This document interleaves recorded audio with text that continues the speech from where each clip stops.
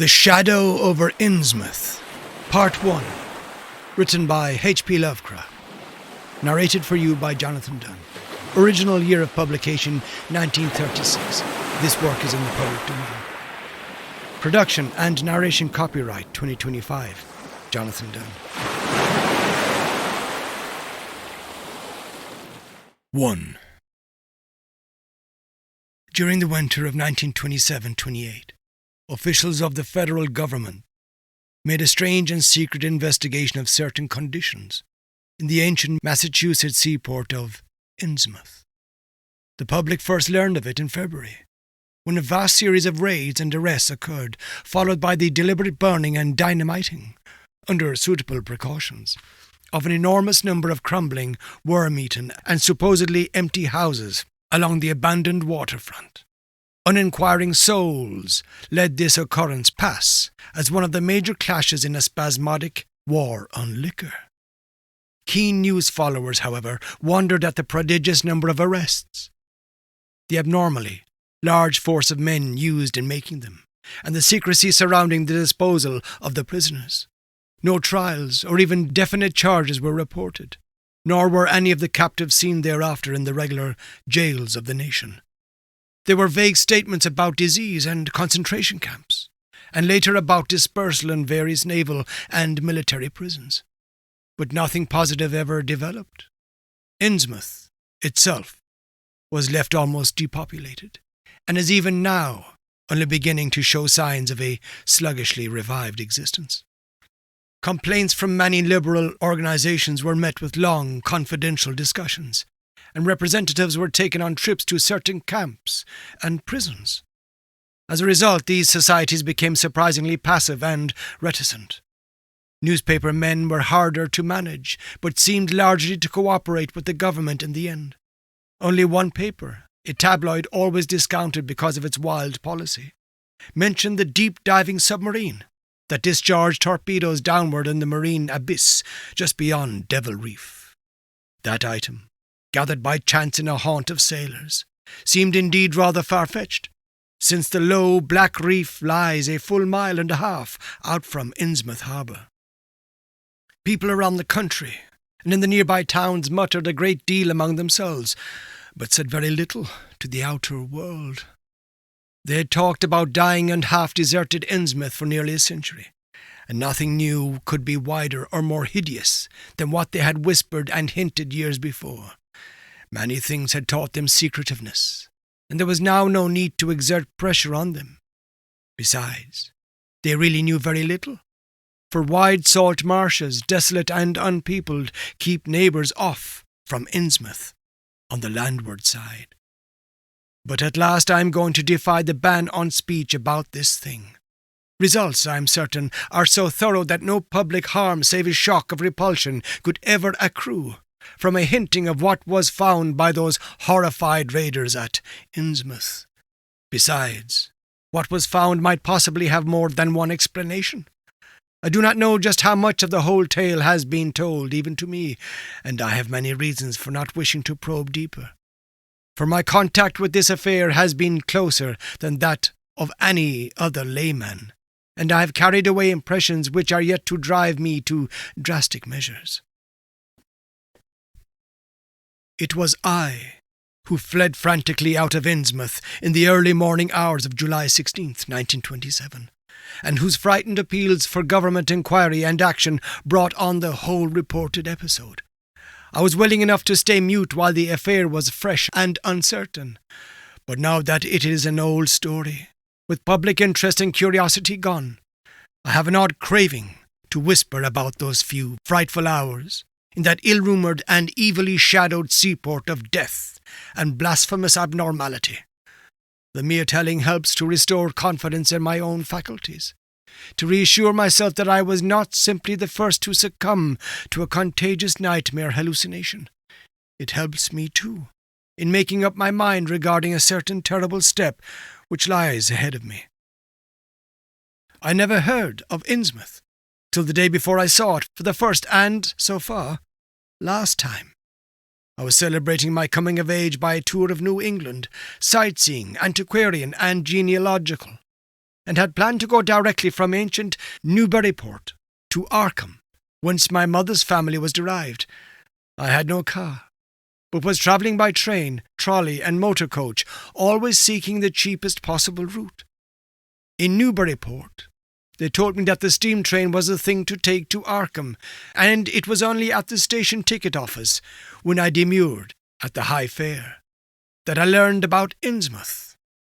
The stout, shrewd-faced agent, whose speech showed him to be no local man, seemed sympathetic toward my efforts at economy and made a suggestion that none of my other informants had offered. "You could take that old bus, I suppose," he said with a certain hesitation.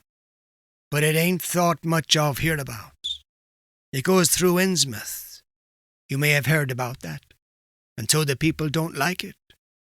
Run by an Innsmouth fellow, Joe Sargent, but never gets any custom from here, or Arkham either, I guess. Wonder it keeps running at all. I suppose it's cheap enough, but I never see more than 2 or 3 people in it. Nobody but those Innsmouth folks.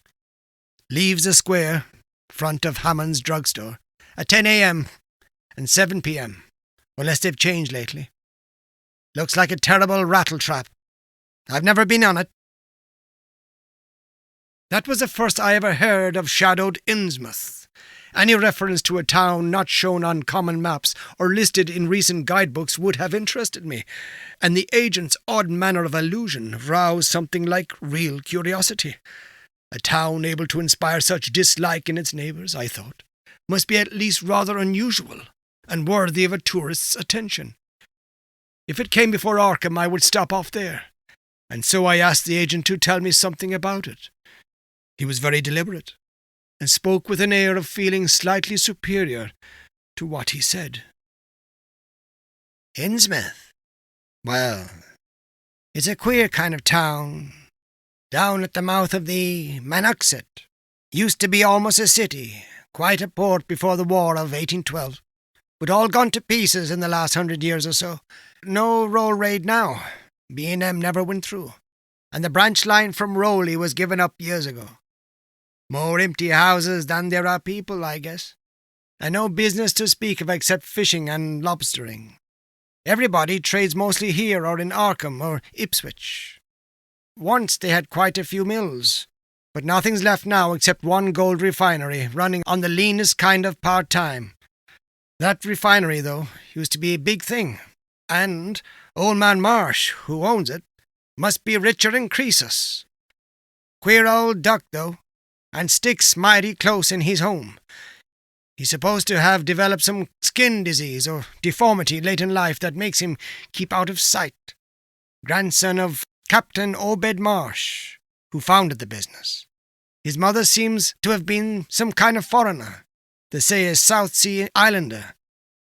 So everybody raised Cain when he married an Ipswich girl 50 years ago. They always do that about Innsmouth people. And folks here and hereabouts always try to cover up any Innsmouth blood they have in 'em. But Marsh's children and grandchildren look just like anyone else, so far as I can see. I've had 'em pointed out to me here, though, come to think of it, the elder children don't seem to be around lately. Never saw the old man. And why is everybody so down on Innsmouth? Well, young fellow, you mustn't take too much stock in what people around here say. They're hard to get started, but once they do get started, they never let up. They've been telling things about Innsmouth, whispering 'em mostly, for the last 100 years, I guess, and I gather they're more scared than anything else. Some of the stories would make you laugh, about old Captain Marsh driving bargains with the devil, and bringing imps out of hell to live in Innsmouth, or about some kind of devil worship and awful sacrifices in some place near the wharves that people stumbled on around 1845 or thereabouts. But I come from Panton, Vermont, and that kind of story don't go down with me. You ought to hear, though, what some of the old-timers tell about the Black Reef off the coast. Devil Reef, they call it. It's well above water a good part of the time, and never much below it. But at that you could hardly call it an island. The story is that there's a whole legion of devils seen sometimes on that reef, sprawled about, or darting in and out of some kind of caves near the top. It's a rugged, uneven thing, a good bit over a mile out, and toward the end of shipping days sailors used to make big detours just to avoid it. That is, sailors that didn't hail from Innsmouth. One of the things they had against old Captain Marsh was that he was supposed to land on it sometimes at night when the tide was right. Maybe he did, for I dare say the rock formation was interesting, and it's just barely possible he was looking for pirate loot and maybe finding it. But there was talk of his dealing with demons there. Fact is, I guess on the whole it was really the captain that gave the bad reputation to the reef. That was before the big epidemic of 1846, when over half the folks in Innsmouth was carried off. They never did quite figure out what the trouble was, but it was probably some foreign kind of disease brought from China, or somewhere by the shipping. It surely was bad enough. There was riots over it, and all sorts of ghastly doings that I don't believe ever got outside of town, and it left the place in awful shape. Never came back. There can't be more than 300 or 400 people living there now. But the real thing behind the way folks feel is simply race prejudice, and I don't say I'm blaming those that hold it. I hate those Innsmouth folks myself, and I wouldn't care to go to their town. I suppose you know, though I can see you're a Westerner by your talk, what a lot our New England ships used to have to do with queer ports in Africa, Asia, the South Seas, and everywhere else, and what queer kinds of people they sometimes brought back with them. You've probably heard about the Salem man that came home with a Chinese wife. Maybe you know there's still a bunch of Fiji Islanders somewhere around Cape Cod. Well, there must be something like that back of the Innsmouth people. The place always was badly cut off from the rest of the country by marshes and creeks, and we can't be sure about the ins and outs of the matter, but it's pretty clear that old Captain Marsh must have brought home some odd specimens when he had all 3 of his ships in commission back in the 20s and 30s. There certainly is a strange kind of streak in the Innsmouth folks today. I don't know how to explain it, but it sort of makes you crawl. You'll notice a little in Sargent, if you take his bus. Some of 'em have queer narrow heads, with flat noses and bulgy, starey eyes that never seem to shut, and their skin ain't quite right, rough and scabby. And the sides of their necks are all shriveled or creased up. Get bald, too, very young. The older fellows look the worst. Fact is, I don't believe I've ever seen a very old chap of that kind. Guess they must die of looking in the glass. Animals hate 'em. They used to have lots of horse trouble before autos came in. Nobody around here or in Arkham or Ipswich will have anything to do with 'em, and they act kind of offish themselves when they come to town or when anyone tries to fish on their grounds. Queer how fish are always thick off Innsmouth Harbour, when there ain't anywhere else around. But just to try to fish there yourself and see how the folks chase you off. These people used to come here on the railroad, walking and taking the train at Rowley after the branch was dropped. But now they use that bus. Yes, there's a hotel in Innsmouth called the Gilman House, but I don't believe it can amount to much. I wouldn't advise you to try it. Better stay over here and take the 10 o'clock bus tomorrow morning. Then you can get an evening bus there for Arkham at 8 o'clock.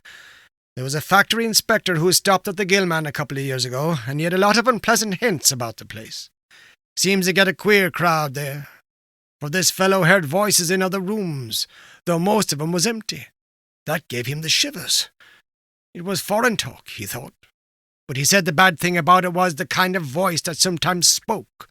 It sounded so unnatural, slopping-like, he said, that he didn't dare undress and go to sleep, just waited up and lit out the first thing in the morning. The talk went on most all night. This fellow, Casey, his name was, had a lot to say about how the Innsmouth folks watched him and seemed kind of on guard. He found the Marsh refinery a queer place. It's in an old mill on the lower falls of the Manuxet. What he said tallied up with what I'd heard. Books in bad shape, and no clear account of any kind of dealings. You know, it's always been a kind of mystery. When the Marshes get the gold they refine. They've never seemed to do much buying in that line, but years ago they shipped out an enormous lot of ingots. Used to be talk of queer foreign kind of jewellery that the sailors and refinery men sometimes sold on the sly, but that was seen once or twice on some of the Marsh women folks. People allowed maybe old Captain Obed traded for it in some heathen port, especially since he was always ordering stacks of glass beads and trinkets, such as seafaring men used to get for native trade. Others thought and still think he'd found an old pirate cache out on Devil's Reef. But here's a funny thing. The old captain's been dead these 60 years, and there ain't been a good-sized ship out of the place since the Civil War. But just the same, the Marshes still keep on buying a few of those native trade things, mostly glass and rubber, gewgaws, they tell me. Maybe the Innsmouth folks like 'em to look at themselves. God knows they've gotten to be about as bad as South Sea cannibals and Guinea savages. That plague of 46 must have taken off the best blood in the place. Anyway, they're a doubtful lot now. And the Marshes and the other rich folks are as bad as any. As I told you, there probably ain't more than 400 people in the whole town, in spite of all the streets they say there are. I guess they're what they call white trash, down south, lawless and sly, and full of secret doings. They get a lot of fish and lobsters and do exporting by truck. Queer how the fish swarm right there and nowhere else. Nobody can ever keep track of these people, and state school officials and census men have a devil of a time. You can bet that prying strangers ain't welcome around Innsmouth. I've heard personally of more than one business or government man that's disappeared there, and there's loose talk of one who went crazy and is out at Danvers now. They must have fixed up some awful scare for that fellow. That's why I wouldn't go out at night if I was you. I've never been there, and I've no wish to go. But I guess a day trip couldn't hurt you, even though the people hereabouts will advise you not to make it. If you're just sightseeing and looking for old-time stuff, Innsmouth ought to be quite a place for you. And so I spent part of that evening at the Newburyport Public Library, looking up data about Innsmouth. When I had tried to question the natives in the shops, the lunchroom, the garages and the fire station, I had found them even harder to get started than the ticket agent had predicted, and realised that I could not spare the time to overcome their first instinctive reticences. They had a kind of obscure suspiciousness, as if there were something amiss with anyone too much interested in Innsmouth. At the YMCA, where I was stopping, the clerk merely discouraged my going to such a dismal, decadent place, and the people at the library showed much the same attitude. Clearly, in the eyes of the educated, Innsmouth was merely an exaggerated case of civic degeneration.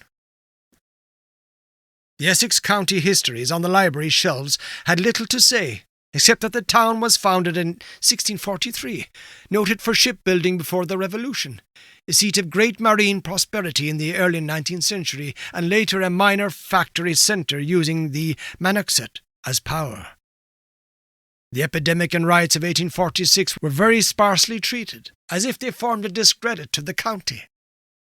References to decline were few, though the significance of the later record was unmistakable. After the Civil War, all industrial life was confined to the Marsh Refining Company, and the marketing of gold ingots formed the only remaining bit of major commerce aside from the eternal fishing. That fishing paid less and less as the price of the commodity fell, and large-scale corporations offered competition. But there was never a dearth of fish around Innsmouth harbour. Foreigners seldom settled there, and there was some discreetly veiled evidence that a number of Poles and Portuguese who had tried it had been scattered in a peculiarly drastic fashion. Most interesting of all was a glancing reference to the strange jewellery vaguely associated with Innsmouth. It had evidently impressed the whole countryside more than a little, for mention was made of specimens in the museum of Miskatonic University at Arkham, and in the display room of the Newburyport Historical Society. The fragmentary descriptions of these things were bald and prosaic, but they hinted to me an undercurrent of persistent strangeness. Something about them seemed so odd and provocative that I could not put them out of my mind, and despite the relative lateness of the hour, I resolved to see the local sample, said to be a large, queerly proportioned thing, evidently meant for a tiara, if it could possibly be arranged. The librarian gave me a note of introduction, to the curator of the society, a Miss Anna Tilton, who lived nearby, and after a brief explanation, that ancient gentlewoman was kind enough to pilot me into the closed building, since the hour was not outrageously late. The collection was a notable one indeed, but in my present mood I had eyes for nothing but the bizarre object which glistened in a corner cupboard under the electric lights. It took no excessive sensitiveness to beauty to make me literally gasp at the strange, unearthly splendour of the alien, opulent fantasy that rested there on a purple velvet cushion. Even now I can hardly describe what I saw, though it was clearly enough a sort of tiara, as the description had said. It was tall in front and with a very large and curiously irregular periphery, as if designed for a head of almost freakishly elliptical outline. The material seemed to be predominantly gold, though a weird, lighter lustrousness hinted at some strange alloy, with an equally beautiful and scarcely identifiable metal. Its condition was almost perfect, and one could have spent hours in studying the striking and puzzlingly untraditional designs, some simply geometrical and some plainly marine, chased or moulded in high relief on its surface, with a craftsmanship of incredible skill and grace. The longer I looked, the more the thing fascinated me, and in this fascination there was a curiously disturbing element hardly to be classified or accounted for. At first, I decided that it was the queer, otherworldly quality of the art which made me uneasy. All other art objects I had seen either belonged to some known racial or national stream, or else were consciously modernistic defiances of every recognized stream. This tiara was neither. It clearly belonged to some settled technique of infinite maturity and perfection. Yet that technique was utterly remote from any, Eastern or Western, ancient or modern, which I had ever heard of or seen exemplified. It was as if the workmanship were that of another planet. However, I soon saw that my uneasiness had a second and perhaps equally potent source, residing in the pictorial and mathematical suggestions of the strange designs. The patterns all hinted of remote secrets and unimaginable abysses in time and space, and the monotonously aquatic nature of the reliefs became almost sinister. Among these reliefs were fabulous monsters, of abhorrent grotesqueness and malignity, Batrachian in suggestion, which one could not disassociate from a certain haunting and uncomfortable sense of pseudo-memory, as if they called up some image from deep cells and tissues, whose retentive functions are wholly primal and awesomely ancestral. At times I fancied that every contour of these blasphemous fish-frogs was overflowing with the ultimate quintessence of unknown and inhuman evil. In odd contrast to the tiara's aspect was its brief and prosy history, as related by Miss Tilton. It had been pawned for a ridiculous sum at a shop in State Street in 1873, by a drunken Innsmouth man shortly afterward killed in a brawl. The society had acquired it directly from the pawnbroker, at once giving it a display worthy of its quality. It was labelled as of probable East Indian or Indo-Chinese provenance, though the attribution was frankly tentative. Miss Tilton, comparing all possible hypotheses regarding its origin and its presence in New England, was inclined to believe that it formed part of some exotic pirate horde discovered by old Captain Obed Marsh. This view was surely not weakened by the insistent offers of purchase at a high price, which the Marshes began to make as soon as they knew of its presence, and which they repeated to this day, despite the Society's unvarying determination not to sell. As the good lady showed me out of the building, she made it clear that the pirate theory of the Marsh fortune was a popular one among the intelligent people of the region. Her own attitude toward Shadow Over Innsmouth, which she had never seen, was one of disgust at a community slipping far down the cultural scale, and she assured me that the rumours of devil worship were partly justified by a peculiar secret cult which had gained force there and engulfed all the orthodox churches. It was called, she said, the Esoteric Order of Dagon, and was undoubtedly a debased, quasi-pagan thing imported from the East a century before, at a time when the Innsmouth fisheries seemed to be going barren. Its persistence among a simple people was quite natural in view of the sudden and permanent return of abundantly fine fishing, and it soon came to be the greatest influence on the town, replacing Freemasonry altogether and taking up headquarters in the old Masonic Hall on New Church Green. All this, to the pious Miss Tilton, formed an excellent reason for shunning the ancient town of decay and desolation, but to me it was merely a fresh incentive. To my architectural and historical anticipations was now added an acute anthropological zeal, and I could scarcely sleep in my small room at the Y as the night wore away.